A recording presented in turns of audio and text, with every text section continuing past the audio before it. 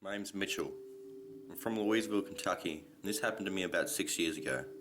It was the usual Friday morning, as I got up and got ready for school. I was in the 10th grade at the time, and my dad always drops me off at school and then goes straight to work, where he's a contractor. That day, I'd been at school for about 3 hours when I received a text from my father. It was blank. It didn't strike me as weird at the time. He definitely wasn't great with technology.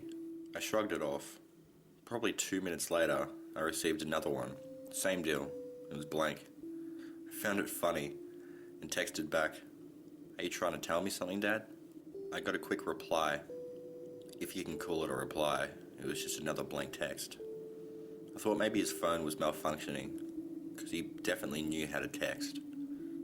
Since he wasn't replying, I continued doing my schoolwork. I got literally about 100 text messages in the next half an hour.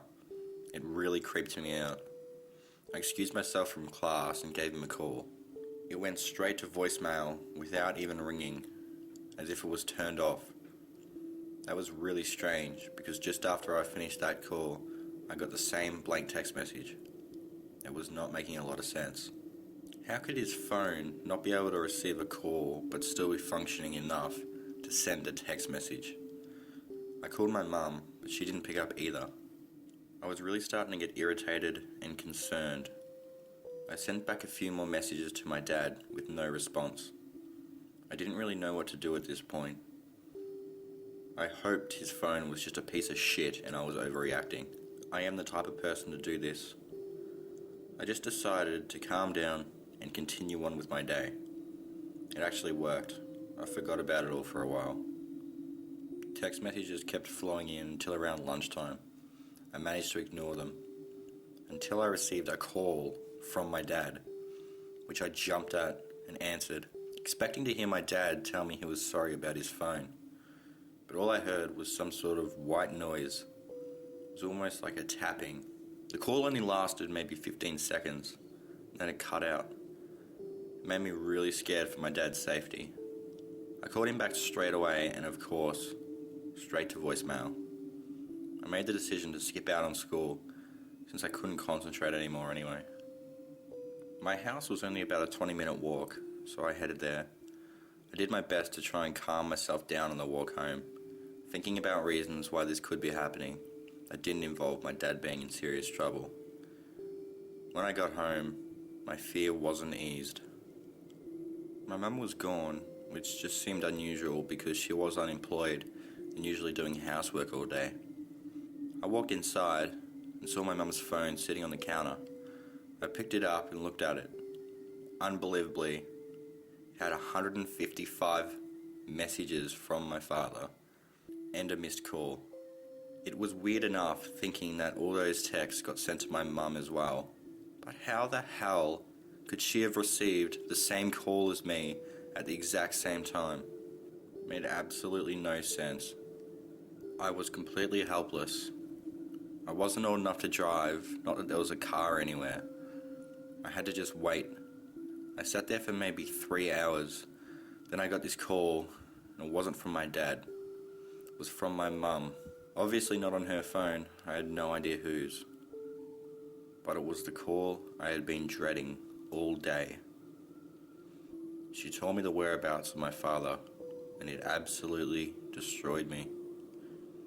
My father had been working on a house not far away from my school when he was crushed by a brick wall that was unstable and collapsed. I honestly don't know what I did after that call or for the next hour.